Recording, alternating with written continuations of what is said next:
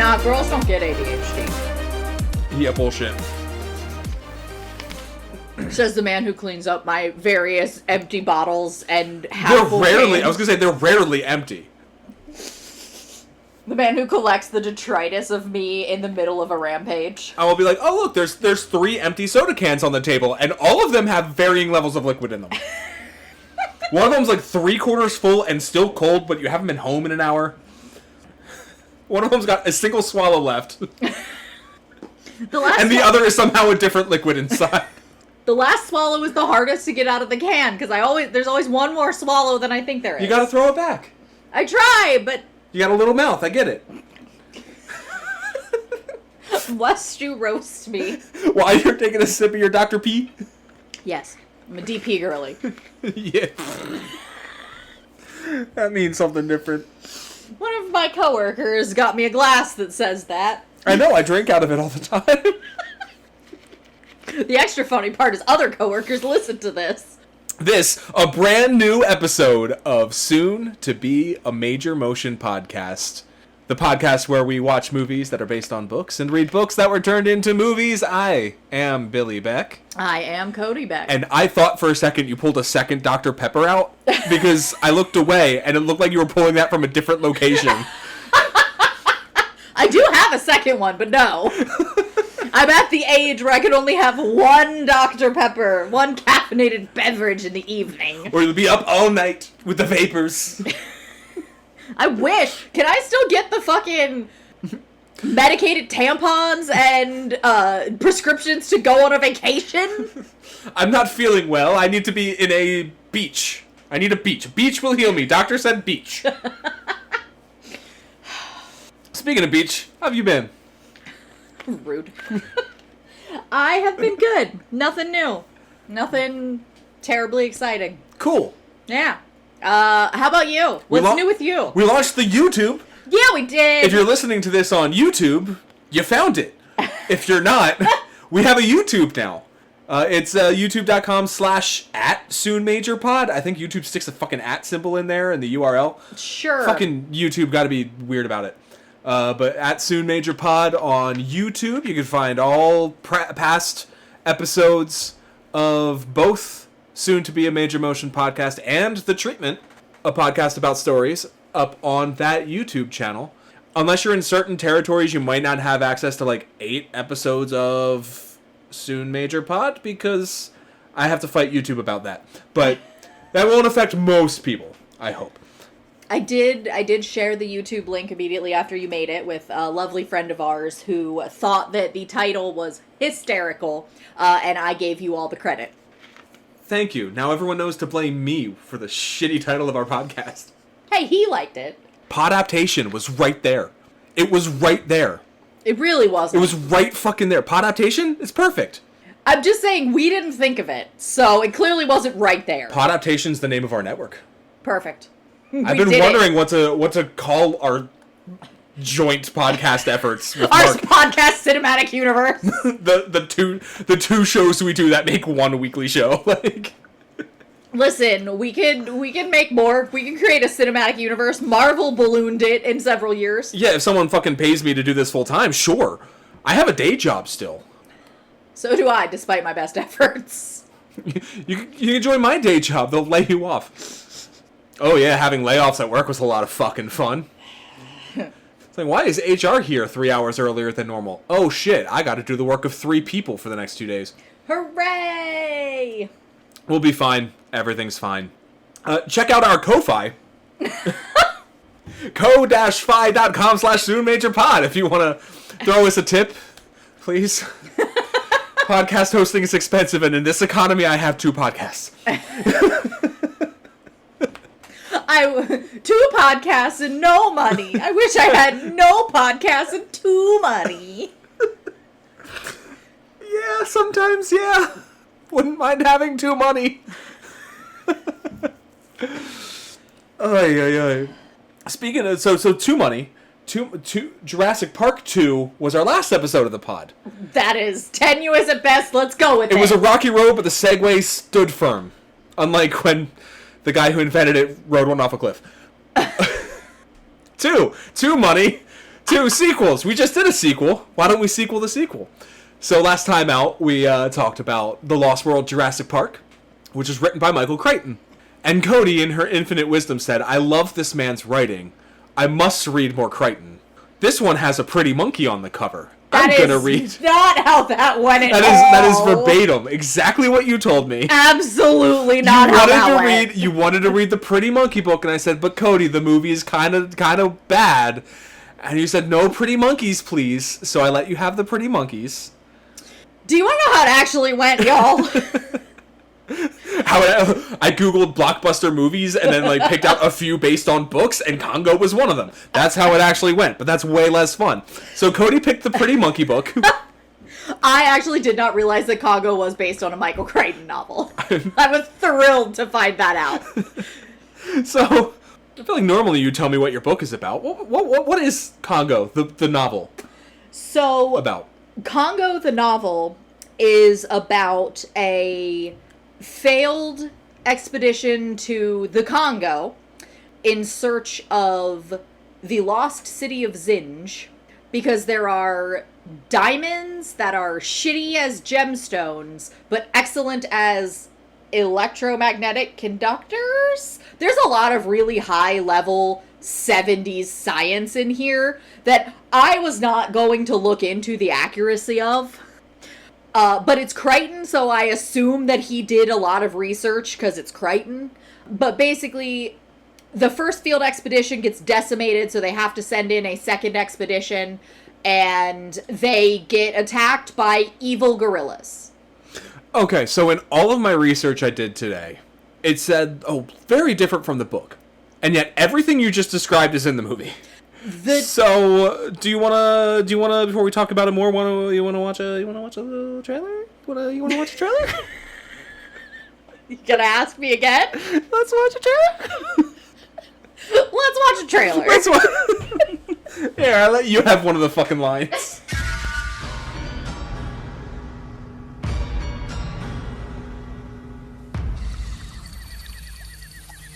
Activate the remote.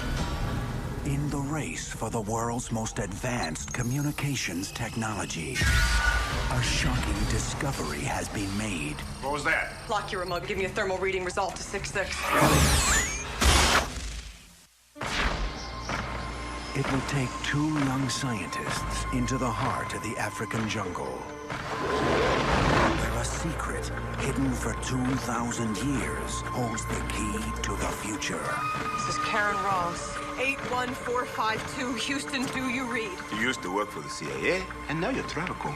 Some will come to it for science. This is a big deal, Charles. This is a big find. Some for fortune. A diamond mine of incredible bounty.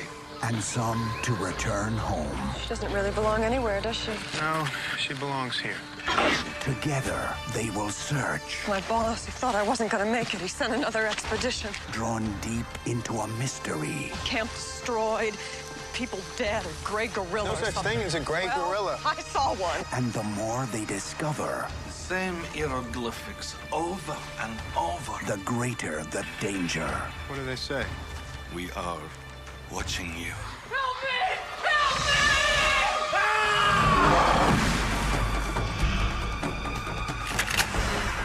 I never saw any animal move like that.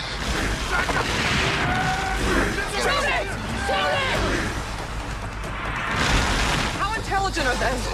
See, they're smart. They're too damn smart. We're getting out of here. What about them? Put them on the endangered species list. From the best-selling novel by the author of Jurassic Park. The myth of the killer ape is true.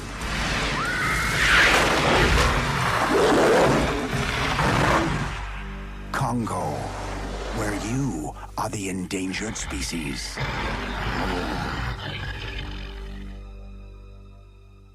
Amy is a 7-year-old gorilla who has spent her life in captivity under a man named Peter. From Peter, she's learned basic American Sign Language, which is translated to spoken English by a computerized glove on her hand. Due to her recurring nightmares and therapeutic paintings of the jungle, an expedition is formed to return her to the jungle where she was born. The expedition is co-opted by a Romanian searching for a lost diamond mine and a communications scientist looking for her possibly dead ex-fiancé. After surviving Civil War, hippo attacks, and an ancient gorilla tribe bred for their violence, Amy is taken in by a nice silverback to live happily ever after. The end. Basically the same thing, yeah? From Amy's perspective, sure. I love how in that trailer, you never once hear her talk. Nope. It would have ruined the whole vibe of that trailer. So for the record, she does not have a computerized voice. Does not verbally speak, except when she's speaking the language of the evil gorillas.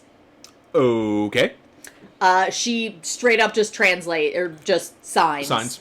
And Peter is the only one who can who understands what she's actually signing, but Monroe, the expedition lead, more or less gets the gist of it. Yeah, so there's some pretty major differences from the book to from the book to the movie, as there always are. I still don't know what you're talking about. So, would you make the argument that Karen Ross, Laura Linney from the trailer, is the protagonist of this? No.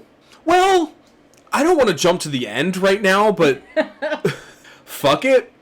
One of the issues I have with this movie, which I don't think is good, but I kind of love, is that there's 3 really good movies in this one film if you decided to just take one of the characters and focus on them. But instead they're trying to fit in every character's arc.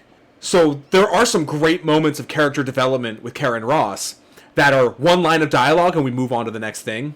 Because we got to have more Tim Curry and Talking Gorillas.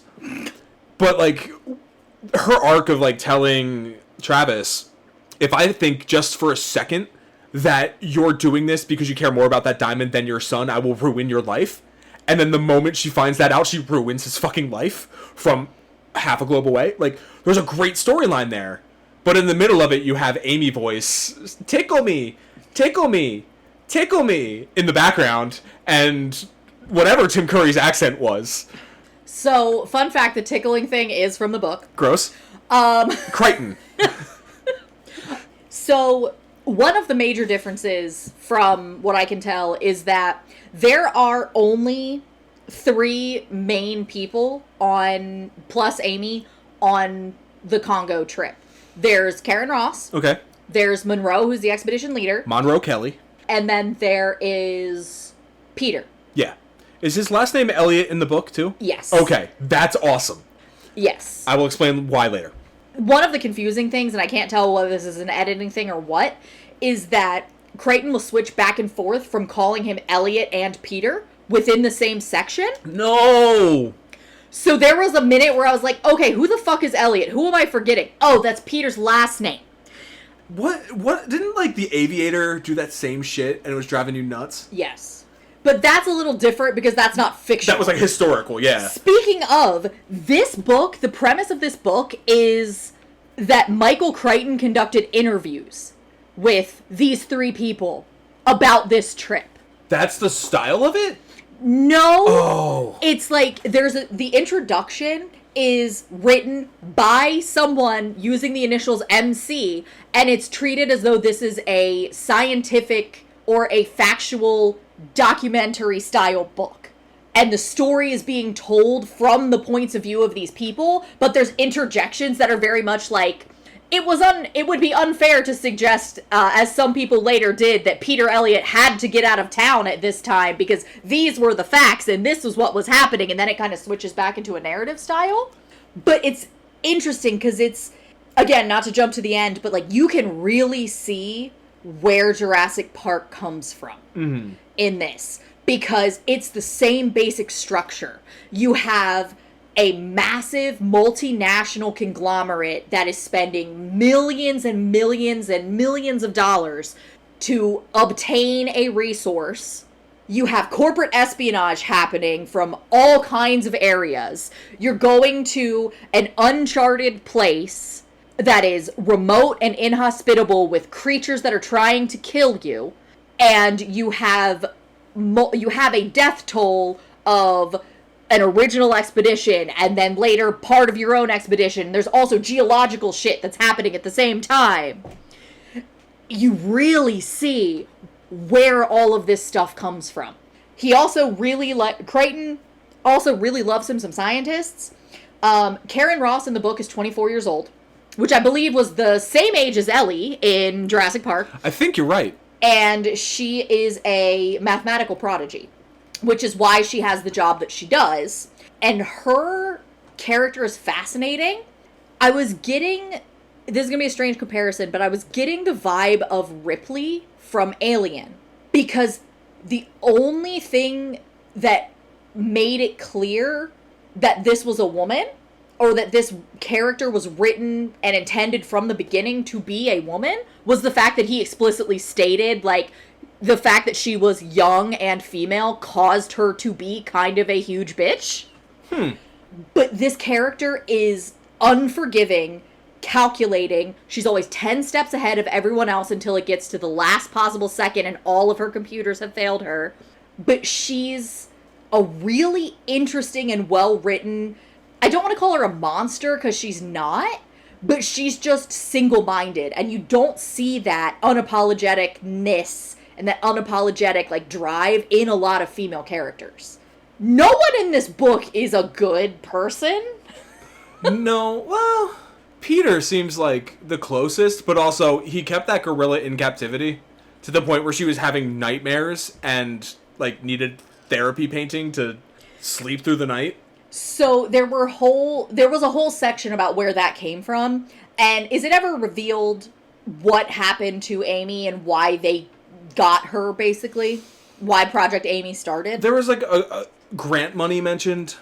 So Amy's mother was actually killed by these gray gorillas. Okay. And so she was found by the original people that brought her and gave her to the white woman who bought her and then sold her in the U.S. Ooh, metaphor. Yeah. They basically took her mother's corpse and with the crushed eyeballs and everything and baby Amy and took her to the U.S. So she was found with the mother already dead. Mm-hmm. And the fact that her mother was not eaten was important. Because there's a whole thread of, like, cannibalism and eating gorillas and that kind of thing throughout the book. But the fact that she does start painting these scenes of this lost city is basically her dealing with repressed trauma that she doesn't know how to express. And that's actually pretty clear in the movie, weirdly enough. Okay. Like, Amy's another story that the whole film could have just focused on her and Peter. Mm-hmm. Because then you can explore, like, give her voice box 6 more words... And then you can have emotional beats with her in 10 words or less dealing with emotional trauma of, like, I love you and you've taught me, but this is my home. So, like, dealing with like, having a gorilla that can speak, deal with emotions in a quote realistic sense would be really cool. But tickle me isn't. So at the end of the book actually kind of resolves that. They disband Project Amy, and he takes her back to, at this point, it was not, the book was written in 70, or takes place in 79, which is important. But I believe at the time, or now the area where they go to is modern day Zaire. I believe so. I believe it's Tanzania, Congo, and Zaire are the 3 nations they travel between. Yeah. I can't recall which order, and it's not clear. Yeah, it's not really clear in the book either. Like, it is, but it isn't intentionally. Because there's literally a civil war happening around them, and that's part of the plot. Oh, yeah, when they land in Africa, like, the president's Mercedes-Benz gets blown up in the background, and the regime changes behind them as they're walking from plane to plane. It's actually my favorite scene in the movie. It's because, like, Joey Pantoliano shows up. What? That's not how you pronounce that. Joey Pantoliano. Joey Pants shows up and just talks through the whole thing and does not react to any of the explosions or gunfire. And it's fucking brilliant. Great scene. And they actually end up continuing her training to an extent in Zaire, and then she runs away. And the last time they made contact with her, when she showed up, she was holding a baby. Gorilla baby. Mm-hmm. And the baby... A stolen human baby. The baby signs to Peter. But when the baby moves toward Peter, Amy picks him up and leaves, and they never see her again. So... That would have been an amazing ending to this movie! Yeah, like, it's very clear that Michael Crichton is saying something with that, and I don't want to put words in his mouth, but it's right there. The stars are on the ceiling. Yeah, but no, we had to make up a character for Tim Curry to play. Yeah, who the fuck is that supposed to be? What is that character called? Tim Curry plays... Oh, fuck me. Herkimer Homolka. He will be, from this point forward, referred to as Tim Curry. Okay. He's actually the Homolka, I think, or Herkimer. One of his names is the name of an actual diamond company they borrowed a diamond from for a prop and then lost. Oh, no. Like, the big fucking chonker they throw out the air balloon at the end. No one knows what that is. It's also not a real diamond. It had the right look. Yeah. What's crazy to me is it just looked to me on like a 4K screen, looked like a chunk of plastic. So you didn't need to do, but whatever. They named the character after him. He's a Romanian, quote, philanthropist, end quote, who's been looking for Zinj, and he's made numerous expeditions that have failed and had people killed. So he's known by like Monroe Kelly and other Africans as stay away. Mm-hmm. But when he sees Peter's fundraising speech about the Amy computer and Project Amy, he sees her paintings, which include an open eye, which is the same symbol that's on a relic that he brought back from one of his expeditions. So he knows the gorilla has seen it and can lead them there. So that's why he then approaches Peter and offers to fund a trip to the place. Okay. So it sounds like basically they took all of the bad aspects from Monroe and by bad I mean like the traditionally negative character types from Monroe and Karen and put them into this new character, because you can't hate the only woman in the movie and you can't hate the expedition leader. But I think that kind of makes it less fun. And I mean, obviously I'm coming at this from a modern sentiment where we've kind of had this massive shift culturally where we like an anti-hero now and we enjoy people that do the right thing even if they're doing it for the wrong reasons. I get why they did it at the time though, because Laura Linney's character is not like a direct romantic interest for not Steve Guttenberg, but they hint at it, and you can't have the black guy in leadership be a dick. So one of the other important things is that Monroe is a white guy in the book. That's very important because it's relying on the white hunter trope. He has a line when you meet him where he says, "I'm the great white hunter, but I'm black." So we're going to talk about racism and some racial things here going for the next couple of minutes. I assume that's where we're going. Yeah. That's where we're going. We're a couple of honkies, bear that in mind. Two pasty-ass white fools. But we're woke. Oh, God. If Crunk ever listens to this, he's going to kill me. He hates when white people say that. So, yeah, let's talk about the racial things in here. Because there's a very clear... And this is something you brought up, like, frame one, when I turned on the movie last night before you went outside to finish the book, was something along the lines of using black bodies to fuel, like, white capitalism. Yeah. So, I think this is something that Michael Crichton does a lot. And again, I'm referring again to Jurassic Park. It's less so in Lost World, because pretty much everybody on that expedition is white, but that's also a little bit different. Congo and Jurassic Park, what they have in common is a group of people who are willing to throw money at the problem, and they are willing to sacrifice whatever bodies they can buy, and the cheapest bodies that they can find are usually going to be black or brown, which is also why they're doing this shit in places like the Congo, in Costa Rica in the case of Jurassic Park, because they know that if they grease the wheels with enough money, nobody in charge is going to look in any direction. And it's something that even his characters do. Like, in the first expedition, where the book opens with the first expedition, and you're in their point of view as they're getting massacred by the gray gorillas. And I keep calling them gray gorillas. They're not, like, really gorillas, but they are. They were, like, according to the film at least, they were bred to be more aggressive. Yes, they're essentially bred as as guard dogs for a diamond mine, and then Yes. eventually overtook their captors because gorillas are smarter than humans think. Yeah, Crichton really hand waves it, and I actually think it's kind of effective that he hand waves it in terms of, like, what happened to the people. The film does the same thing, and actually it's super effective, yeah. Because it's like, did they actually lose control, or were the gorillas just better at this than they were, or is it human-on-human violence? Is it human-on-gorilla violence? Like, what happened? Did it get to the point where they were so well trained to prevent diamonds from leaving the mine that they killed the miners that tried to, like how, that's where my brain went with it, watching the film. Yeah. Because the first thing that they do is, like, they watch, and then Tim Curry picks up a bunch of diamonds and starts running, and he gets massacred. Yeah. That's actually the only scene of this movie that I've seen. Just the batshit ending. Yes. And we were talking about racism. So, just collecting my thoughts again.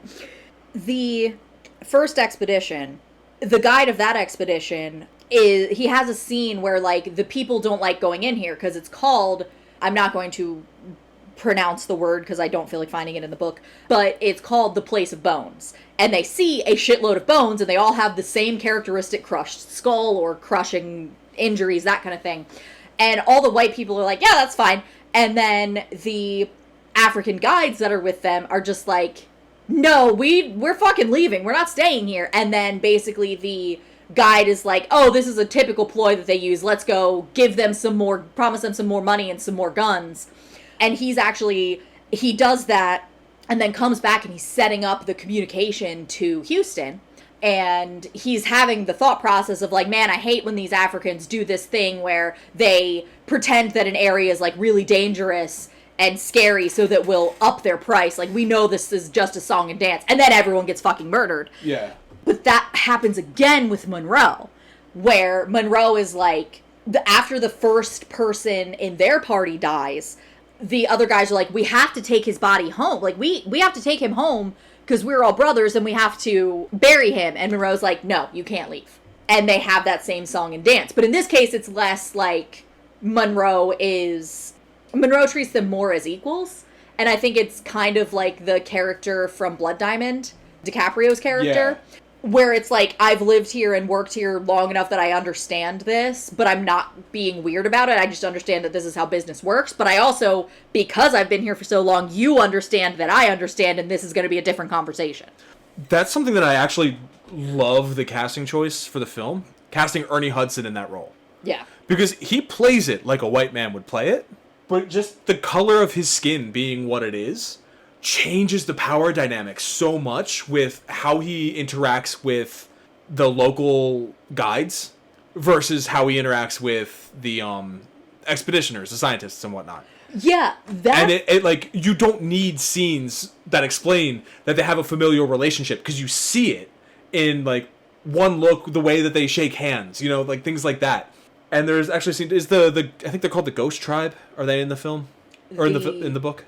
The people that paint their faces white? Yeah. So they're actually the, one of the various obstacles. Okay, so where they appear in the film, they show up at the camp, and Ernie Hudson, Monroe Kelly, can speak their language. So they say something to him, he says something back, and they laugh. And Peter's like, why are they laughing? And he's like, because I told them I was in charge. And they've never seen a black man in charge before. Like, it's a great little bit and a great little piece of commentary just based on that one casting choice. I fucking love that. But they're one of the obstacles in the book, you said. Yes. So they are actually part of the problem. They're causing the uprising that is making this an unsafe area. They're cannibals. And the first interaction you hear about them, and they're kind of like haunting the narrative a little bit. And the first time you see them is they're all approaching a clearing, and all of a sudden, Monroe, like, throws his hand up and is like, everybody get down and be quiet. And Karen is like, we're already being delayed. And he's like, shut the fuck up. Sit down and be quiet. And then, like, 20 minutes later, this group of 12 people files out, and it's these tall, thin African men, black men, with their faces and their hands painted with bows and arrows. And they head off. And then as they're walking away, Karen's like, what the fuck was that about? And Monroe explains, that's this tribe. They had just killed and eaten that family that was in that house. And we were not going to attract their attention. We were going to wait until they passed by. So I'm glad they took that out of the movie. Because I feel like the movie tries to make it explicitly clear. And I feel like the book also kind of leans that way, that it's the outsiders, the people coming in, that are causing the most problems. Yes. And it's... So colonialism never really ended. Sure didn't. Right, and Crichton points that out in this and Jurassic Park with InGen. Colonialism never ended, it just stopped being countries that did it. Borders kind of became set, with the exception of like a few obvious places around the world in the last 150 years. But for the most part, borders are set, and it's just companies are allowed to operate in more countries. And it's businesses, most of them tend to be American in origin, not all, but most. And it's these businesses that are exploiting local populations where they set up shop and drawing resources out of these countries and transporting them to other countries. And it's why Trump's stupid fucking tariffs are never going to work, because nothing comes from America anymore. Coca-Cola is America. Fucking, like, that's, like, not the best example, but, like, Nestle is America. The way that they just abuse populations. But, and I feel like that's where Crichton's kind of going with this and with Jurassic Park, and the film absolutely echoes that. It's not blatant, but it's there. It feels like, you know, the traditional conflicts that we're taught. It's like man versus man, van versus nature, man versus machine, etc. Mm-hmm. This book really feels like man versus nature, and he's treating Africa and, unfortunately, the people there as nature. Because in multiple points of view, you get the characters being like, wow, these people are really different from us, and they were really not used to anything that that we've seen before. And we're far away from what we would consider civilization. Like, we're really fucked if our technology fails, huh? But then there's this tribe that's lived here for thousands and thousands of years. Yeah. And obviously the book can go into a little bit more of the political details than the movie can. So, like, there's actually a couple of sidebars where the author is basically like, yeah, this war was actually kind of egged on by the government because they wanted an excuse to get rid of this tribe because they were considered an embarrassment because of their cannibalism. So they were trying to get rid of that social contagion. But then in Jurassic Park, it feels more clear that he's like, yeah, this is straight up, we're just colonizing this fucking island and stealing from the local people. Yeah. It feels like this is a place where the movie slips for me. And it's specifically the Civil War that's happening. And the book, you said, can go into more detail as to what's happening and causing it. You don't really see that in the movie, that what's influencing it. It's treated like almost a comedy beat in the background. Mm-hmm. That, oh, they're on their third president in 2 months, you know. That, like, racist, jokey trope from the 80s, you know? Yeah. And that, like, just nonchalantly treating the local population as lesser than, in terms of they can't even keep a government, while also highlighting gorillas are smarter than we think they are. Look, she's talking. It's such a weird dichotomy that doesn't gel.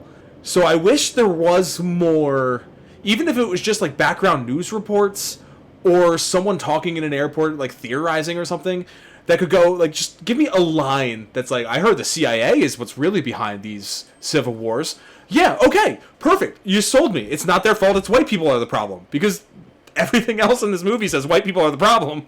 Or companies are the problem. Yeah. Capitalism is bad. Have I ever told you that capitalism is a problem? That it might not be a good idea? Never heard that before, not even once. So do we have a soapbox around it?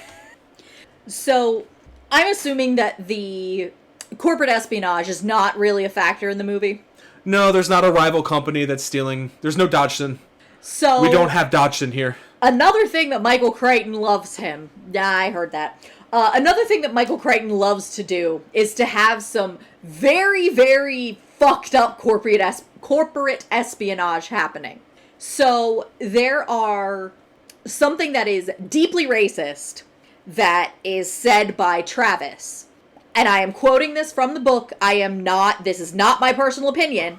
The way that Travis phrases it is he calls all of their competitors the slants Because right now it's the Japanese. In the 90s, it's going to be the Chinese. Either way, it's the slants. Which is the most fucked up shit. He was right, it would be the Chinese. But, Yeah, the casual way that Michael Crichton distills this tech this tech oligarch who's just like, yeah, and super fucking racist. I'm like, oh, he must have hung out with Elon Musk. Or Elon Musk's dad. Like, that absolutely had to be something he heard or was around, because that is too spot on the nose with what we fucking know about the current tech oligarchy. I legitimately, this is an actual honest belief of mine, you cannot be a billionaire without being racist. Because in order to make that much money, you aren't doing it by, that amount of money doesn't come by product or service alone. That comes by taking it from the people who work for you. And you're most likely taking it from people who work for you that don't have the same skin color as you, or don't live in the same country as you, or don't have the same opportunities as you. That's how you have billionaires. So, is it ever explained why the diamonds are important to these people in the movie? There's like a line about like perfect molecular clarity or something like that, and it basically hyper intensifies a laser so that they can shoot it to satellites with a more clear image. Or, at gorillas and cut them in half. So... Tomato. So, basically, the importance of the diamonds is that this technology is going to... Bear in mind, again, I said it was important that this book was written or takes place in 1979. This book is going to revolutionize the computer industry, because we were getting into the point where they had just started being able to do, like, 256K chips. Oh my god. Yeah. You could fit a whole, email on that. It's hilarious reading this now in 2025, because he's talking about how, these diamonds are gonna be, the post-electricity era. You're gonna usher all this in, but basically, the Japanese consortium, and the American company are fighting each other because they want these diamonds first, because whoever gets the diamonds first is basically going to have an enormous jump on everyone else in the tech space, so you can make money. They talk about basically how the first company to make a 256K chip only had proprietary rights or whatever on that chip for 3 months and made $300 million in 3 months in the 70s. So, I'm pretty sure I've sneezed more data than that before. Again, 70s. Good change, because the film takes place, I think, in 1994. And just changing it to, something with satellites, sure, hand wave it, it's fine. You don't need to get into details. It's still, you're keeping they're doing, cross-continental video calling in this. And they're controlling the camera remotely from Houston that's in the Congo. Yeah. So, yeah, computers have evolved. Although there is that parallel still, where there are some rare earth metals that are found in modern computer chips that are being mined by underpaid/slave labor in Africa. Yep. There's no ethical consumption under capitalism. That's why we need to burn the system fucking down. Woo! I didn't even have anything about capitalism in my notes. This is all just fucking off the dome. I remember seeing something recently that was everyone that currently lives could comfortably live if we were using 30% of what we currently are. Yeah. All of our labor is essentially for nothing. Yeah. I watch movies at my desk. I did my note-taking at my desk today. I only actually worked for maybe 90 minutes. And that's you gotta look busy. And that's after the layoffs. You gotta look busy. My looking busy is every half hour I walk to the other end of the office and back. And if I see anybody, I give them a thumbs up and you need anything? I make myself available. And then if nobody needs me for anything, I'm going back to my office and dicking around. I gave y'all an opportunity. Did you have any other themes you wanted to talk about, or you want to talk about who made the movie? No, I do not. All right, so let's talk about the movie. So you had something you wanted to tell me, so I'll let you go first. Yes. So, one of my very favorite movies. Yeah? Is it the one where Sean Connery plays Quartermain? It sure is. Do you want to know why that's relevant right now? I have a note written down as to why, but I'm sure you're going to tell me anyway. So, Michael Crichton actually did a different writing process for Congo. Normally, he would write the book and then sell it, and then shop it around to Hollywood, etc. In this case, he actually got a massive advance, $1.5 million, to write the book, write the screenplay, and to direct the movie. Because he wanted to direct the movie. Mm-hmm. He wrote this book because he wanted it to be a modern-day King Solomon's Mines, which is like the first expedition novel. It's the shit that like Indiana Jones is based off of. Yes, he wanted to write a modern-day version of Indiana Jones. And because that was the first time that he did that, he was writing with someone in mind. He wrote the character of Monroe for Sean Connery. He was hoping as late as 1987 to still be the director directing Connery in that movie. Obviously, that never happened. So it never happened. First of all, he wanted Connery because he worked with him on The Last Train, or the first Great Train Robbery? The Last Great Train Robbery? What was I believe it's the last. The book was The Great Train Robbery, and then the movie added like a last to it, or the first to it, or something. I don't know. Yes, he had worked with Connery before and really liked him. Yeah. Sold the rights to 20th Century Fox, and then wanted to direct. The reason he dropped out was because he realized he couldn't use real gorillas. Oh, baby. Michael Crichton. What did he watch Roar and think that all movies were just like, oh yeah, we'll just put real animals in a room with actors, it'll be fine? Honestly, I feel like he just assumed he could use like Coco. Because that was another inspiration for the book, that was when Coco was happening. Yeah. And Coco was actually mentioned in the book. Or like, was that Michael Jackson's monkey, or is Michael Jackson's monkey a different monkey? Different monkey. Okay. Coco was the gorilla that did sign language. Oh, okay, yeah. Yeah. Of course, couldn't use real gorillas. So he dropped out. The film was offered to both Steven Spielberg, which makes perfect sense. Yep. And John Carpenter. Oh, John Carpenter would have made it horrifying. The tone would have been terrifying. That would have been the first hard R. You never would have... Hard R in terms of rating. Film rating. Yes. Sorry. Yes. In this... I'm sure there's no other hard R's you could write into Congo... Oh, no. It eventually went to Frank Marshall, who is most known as a film producer. I think he produced Jurassic Park. Okay. But he directed 4 films. This one, Arachnophobia. Oh, God. Alive, and 8 Below. What a weird... Okay. Ready for weirder? The screenplay was written by a name you should recognize from college, John Patrick Shanley. He won his Oscar for Moonstruck, and he won his Tony for Doubt.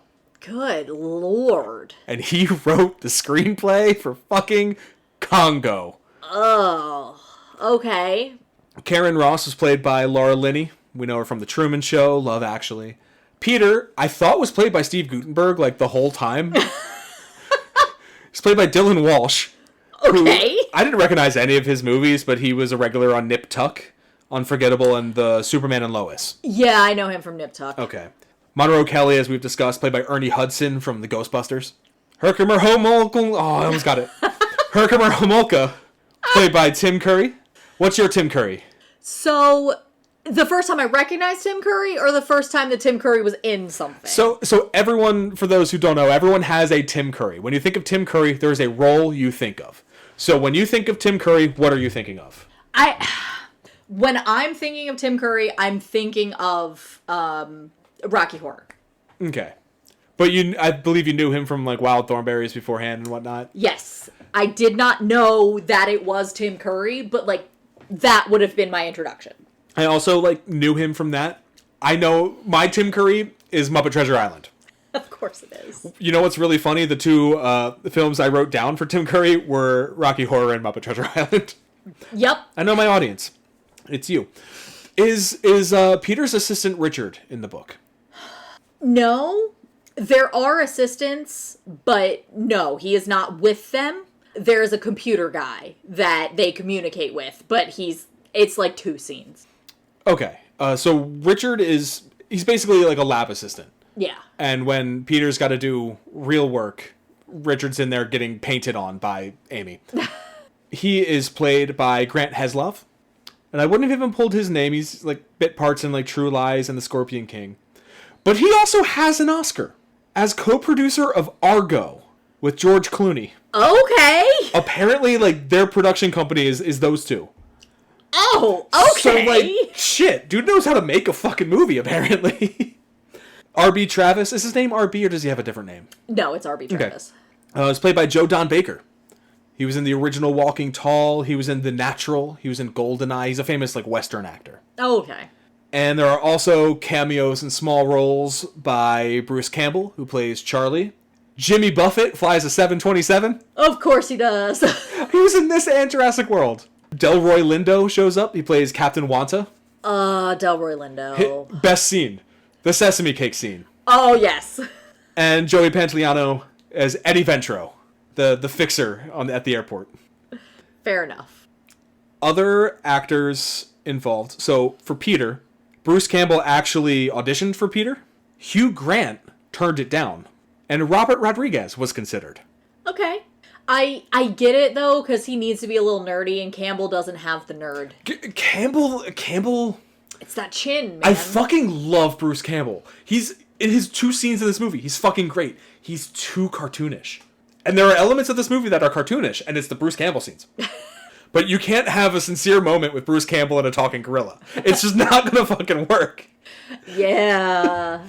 You know, I feel like he would have been too young at this time, but I kept thinking Mark Ruffalo. Oh, he would have been way too young. He's got the look now, but yeah, not 95. For Karen, Robin Wright also turned it down. That was probably the correct decision. Yeah. Also considered were Diane Keaton. Okay. Gina Davis. Okay. She had to have been too young, but I saw it right in there, so I'm going to read it. Reese Witherspoon. The thing is... this was right after Election, wasn't it? Yeah, the thing is that her character from Election is kind of... Oh, no, Election was after this. Thank God I have a copy within reach so I can check the year. I was going to say hold. Yeah, Election was after this. So... Okay. This was 4 years before Election. I don't think she would have played... Okay. An adult. But, I mean, her character from Election is kind of the vibe that Karen gives in the book. Tracy Flick, that's her name. I had to double check that it was Reese Witherspoon. Yeah. She would have nailed the role 10 years later. Yeah. Like Mark Ruffalo. I want the Mark Ruffalo, Reese Witherspoon 2005 version of this. Unfortunately, all we can offer you is a weird rom-com. Wait, they did a rom-com together? Yeah. Reese Witherspoon is a ghost. Ghost? No. Fuck, what is it called? What? Are you kidding me? No. I don't believe you. Didn't Mark Ruffalo also... Wasn't he in a movie with Laura Linney as his sister? Just Like Heaven. I just got to Just Like Heaven, as you said. And it is 2005. I was right. I think he is in a movie with... Because it's the one... I know which one you're talking about. I did a scene from it in scene class. Yes. Anyway, the other actress considered for that role was Susan Sarandon. No, they're all, like, a little bit too old. Laura Linney is perfect for it. Yeah. I think is that character ex-CIA in the book? No, she's too young. She's basically just I was going to say, when he said she's 24, I was like, there's no fucking way. Yeah, basically they scouted her directly out of college.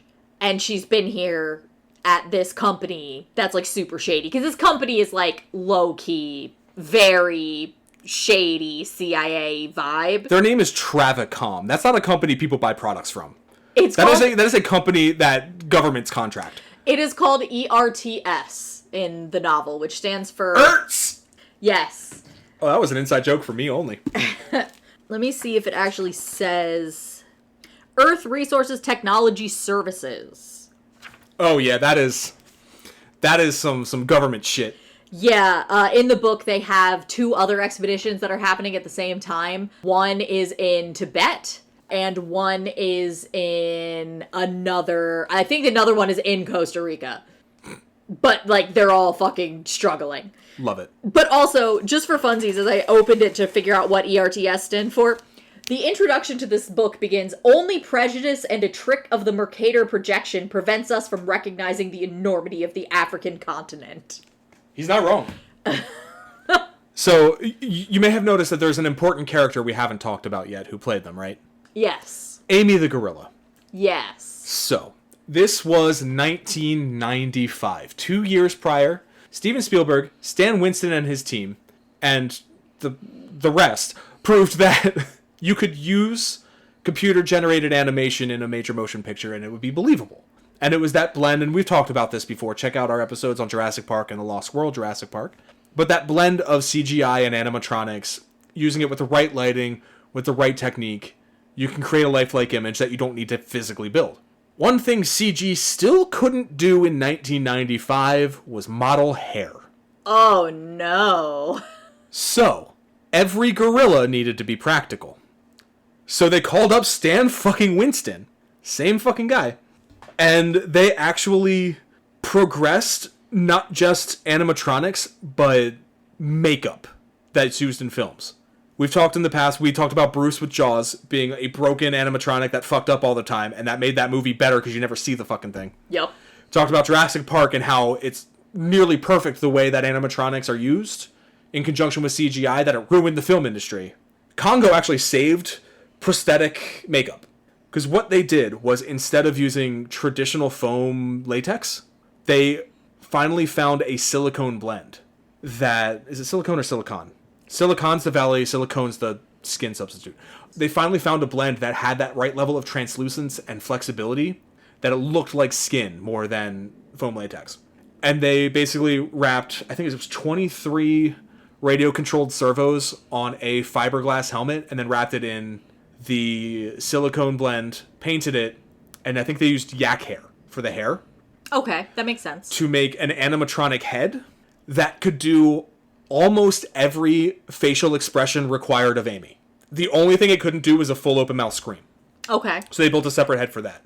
Traditionally, you'd have 6, 7, 8 heads, depending on what emotion you needed the animatronic to perform. And what this meant for Frank Marshall was he could direct Amy just like he could direct any other actor. Like, be more surprised. And then the person controlling it would raise the eyebrows a little more. And they wouldn't have to swap out heads. He could direct the animatronic like an actor. Okay. That's interesting. And the silicone blend they used was the impetus to progress that into human prosthetics. And that's how we got fucking Oscar winner Spike Jonze dressed as an old man in Jackass Forever. And no one believes that it's not just an old man, because they made the prosthetic makeup so fucking lifelike now. And it started with the technology that was coming out. I don't think Congo was the first, but like one of the first major, whatever you want to say. It started here. It started in 1995, and it started with this team.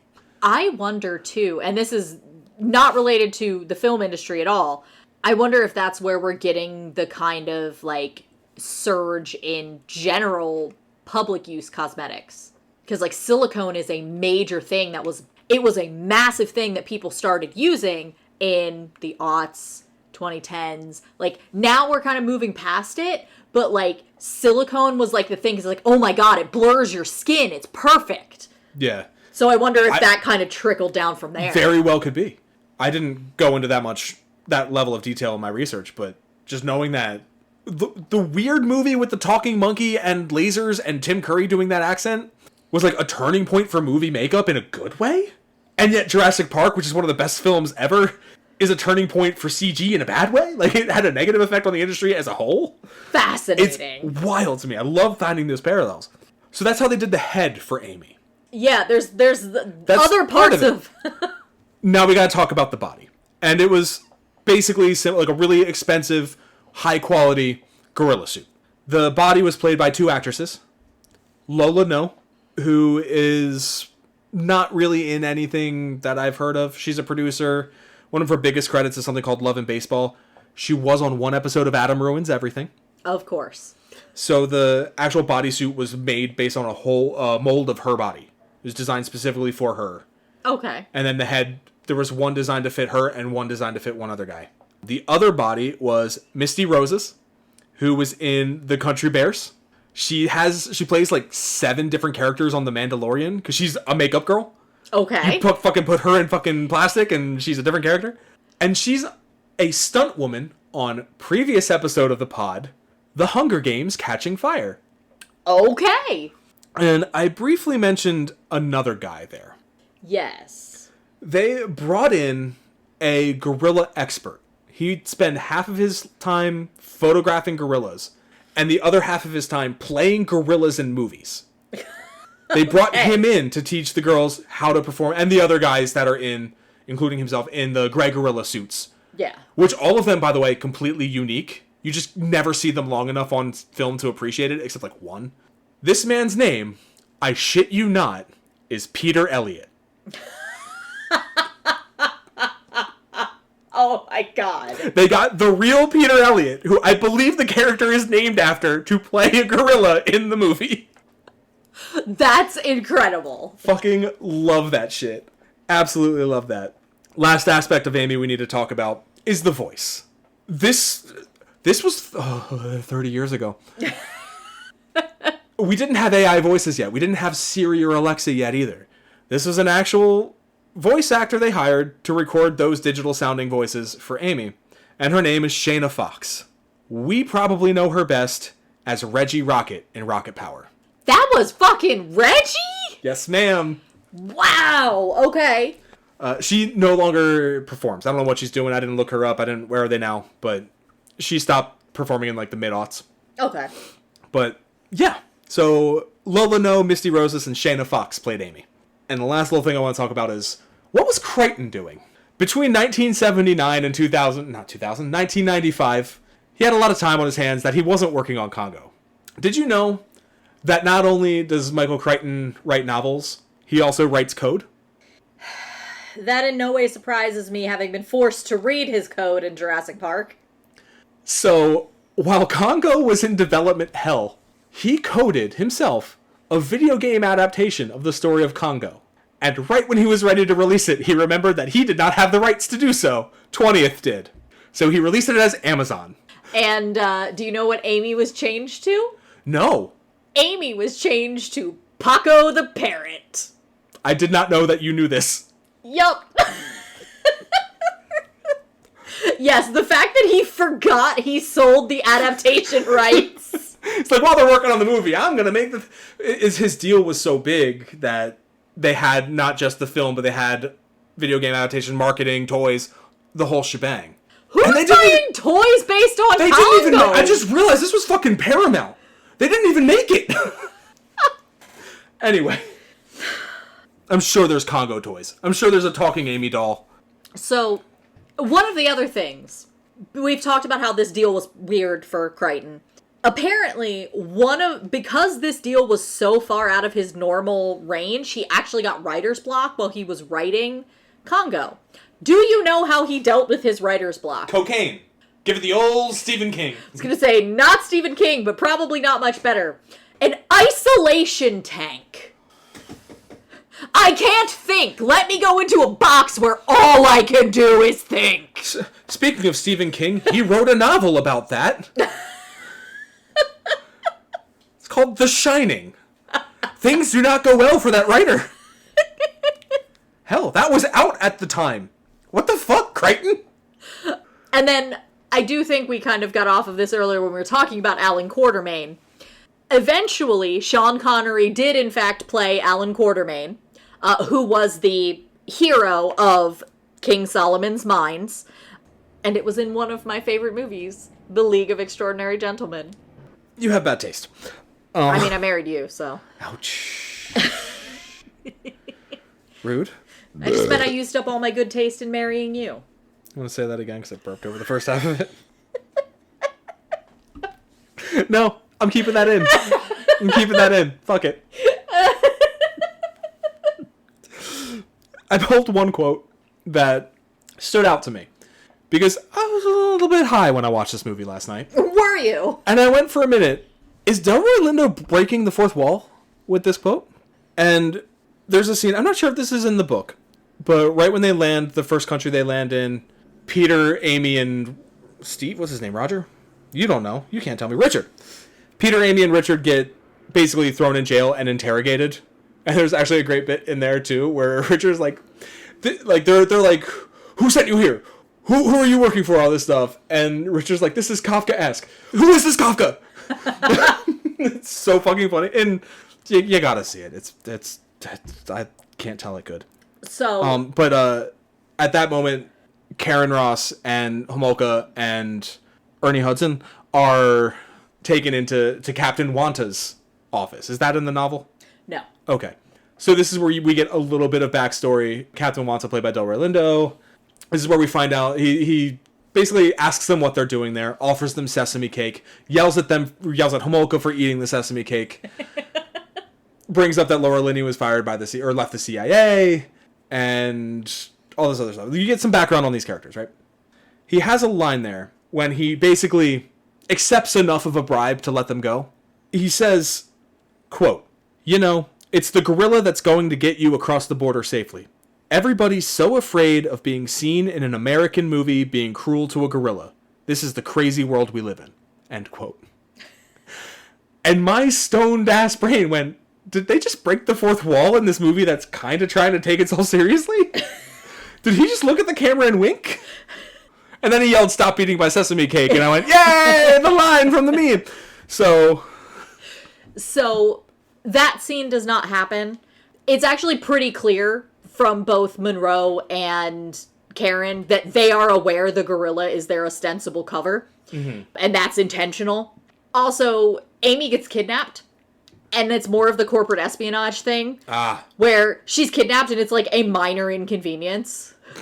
Like, Karen keeps checking her watch and Peter is like, are you gonna be able to get her back? Are we gonna be able to get her back in 3 hours before we have to leave? And Karen's like, fuck, I'm gonna get her back in 20 minutes. Yeah. It's interesting how the movie it seems like the movie kind of took the beats and the rough intentions and just kind of tweaked them a little bit. It definitely feels like they just changed the characters completely. They just made standard action adventure movie characters. Yeah. Except for the Great White Hunter. They still kept him the Great White Hunter. Yeah, because I think that's enough of a trope. And it's like they lampshaded immediately with him immediately saying, "But I'm black." And he's so fucking charming. He's so good in that movie. I think he actually later said that was one of his favorite roles. Which, yeah, I get it. He's having a fucking blast. Yeah, he's very clearly the brains of the operation, which is why they spend... I think he is hired based on the future dividends, essentially. Because the whole conversation, you're seeing that from Peter's point of view. And it's Peter is literally like, I have no idea what they're talking about. Like, in his internal monologue, he's like, there's a conversation happening and I hear the words and I understand literally the words. I have no fucking idea what they're talking about. It's funny because Peter plans the expedition originally. And then when they're getting on the plane, they start offloading the luggage because Homolka can't pay for the fuel. Because he's a liar. And that's when Karen Ross swoops in and with company's money pays for the fuel and buys her way onto the expedition, basically. And when they land, he's like, "Where's the guy I hired? Who are you?" And he's like, "Oh, the guy you hired? He's just a nature photographer." "Yeah, that's why I hired him." Yeah, they start off with 2 tech guys.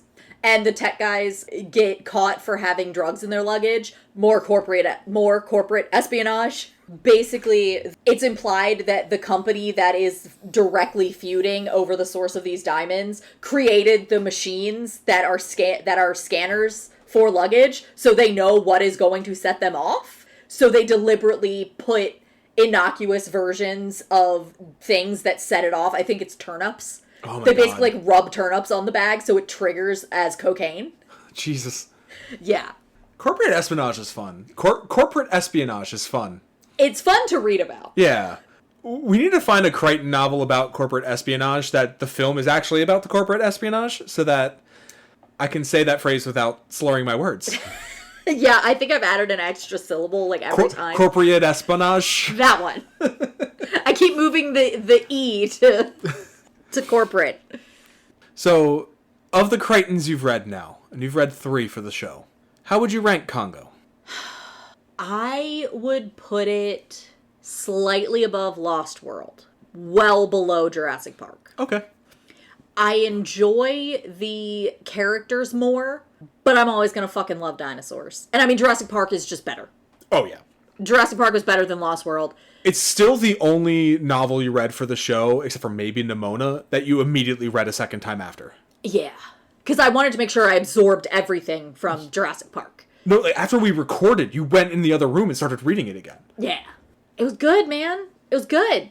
It like I said, it's interesting because you have the kind of nascent, you can see where it's going to go, because this is actually his 5th novel.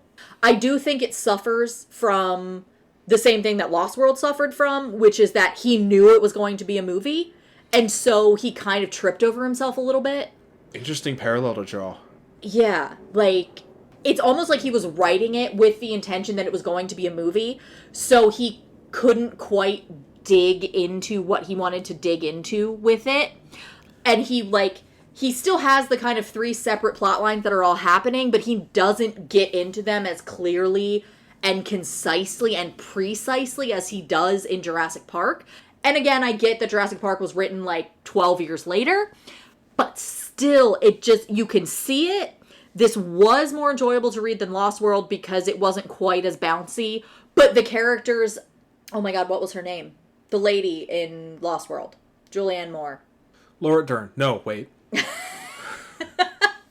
I cannot fucking remember that character's name. Sattler's the first one. Sarah Harding. Sarah Harding. The character of Sarah Harding is basically a less patently capitalistic version of this character. It really feels like he kind of just took the female scientist trope and refined it into Sarah Harding later. Because Ellie Sattler is the same way, but she's more like, she's less in-your-face stunt character as Sarah Harding is. And again, I think that's because he knew Lost World was going to be a movie. So I do think that his work suffers from that, which I'm curious to read his very first novel now. Because I do think that was turned into a movie, but I'm curious how much of that process, like, how much his work evolves over time. I feel like we're gonna return to Crichton. Probably, because I think, like, basically everything he wrote got turned into a movie, whether that's for good or bad. Yeah, and he also, if I recall, had, like, a wide range of, like, subject matter and stuff. Like, we've hit on the dinosaurs, and Congo has some similarities to it, but I'm interested in, like, the Andromeda Strain. Yeah. Or the train robbery. Yeah. Like, some of these other works of his that are in a different kind of genre. Yeah, because he does do the kind of things fall apart really well. Yeah. It's in this, and it's also in Jurassic Park. You can build as much technology as you want, and you will think that you're going to be able to shield yourself with technology, but ultimately, nature's gonna fuck you. That it's the chaos theory, it's the you cannot control your entire environment. Yeah. And every character who tries gets absolutely mercilessly slaughtered. Whether that's metaphorical or, in a lot of these cases, literal. Yeah, it'll be interesting to return to that theme with a completely different genre. Yeah. Because we're gonna have to at this point. So, having seen, several of these movies now, some good, some less good, how do you feel about Congo? Jurassic Park, notice that I start by talking about a different movie. Jurassic Park is a movie that I will always watch because it's a good movie. It transports you into the world, you fall in love with the characters, you believe it when you're watching it. Congo is a movie that I will always watch because it's fucking insane. There are elements to it that age well, honestly. Like, I thought we had a really interesting discussion about colonialism and how white companies build their base off black bodies, and that's an important discussion to have. And there are elements of that to be gleaned from this movie. But also, when does the volcano go off at the end? Yes. Okay, we don't have to talk about it. I do have a quick question, though. Yeah. Do they directly cause the volcano to erupt? I don't think so. She is warned like a week in advance that there's been a lot of activity in the region. So, she is aware that there is activity in the region. Everyone else around her is like, yeah, it's probably gonna fucking erupt. And she still sets off resonant charges. Oh, okay. Yeah, she basically pulls rank and is like, it's not gonna do anything. It's such a small thing. And then she sets them off and she's like, see, nothing happened. And then the fucking volcano erupts. So, like I said, like some of the themes that are buried in there age pretty well. When the volcano's going off, everything was done practically on set. Ooh. So you have...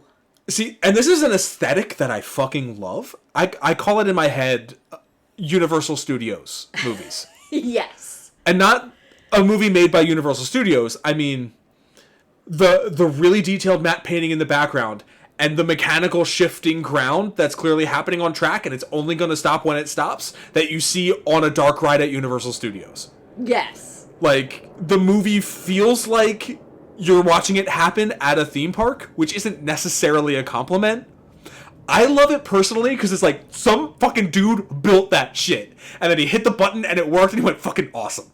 And the director went, yo, that's so fucking cool. And the actress went, this is fucking cool. And 30 years later, it looks fucking lame. And I love that so much.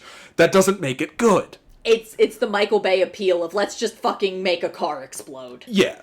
Like, but there's a difference between making a real car explode in a, well, with Michael Bay, not safe environment. But, like, yeah, other productions in a safe environment, and having all the car parts attached to rails that go off with some flashing lights, like, you do it in a fucking studio to happen multiple times. Oh, you mean like the barbed wire dynamite cage match? No, I mean, like, this is for Mark. I mean, like, the Beatles love when a Volkswagen Beetle rolls onto the stage, and then it explodes, but it's really different performers holding the pieces of the car as they move away. That, but mechanical. Okay. Like, so many of the effects have the feeling of they push a button and then everything resets back into place to go again. And it's such a jank vibe. And it's all over this fucking movie.